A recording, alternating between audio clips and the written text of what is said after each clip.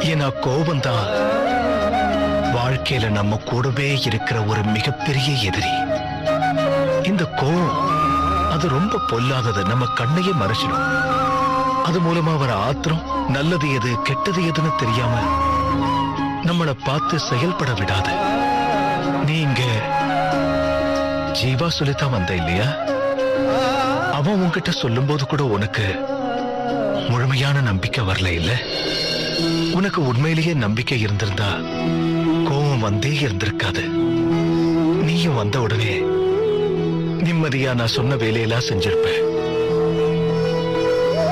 கோபம் உன் கண்ணை மறைச்சிருச்சு ஜப்லானி. கோபத்தால எந்த ஒரு பிரச்சனைக்கும் தீர்வு கிடைக்கவே கிடைக்காது. இருக்கிற தைரியத்தையே இழந்துருவோம்.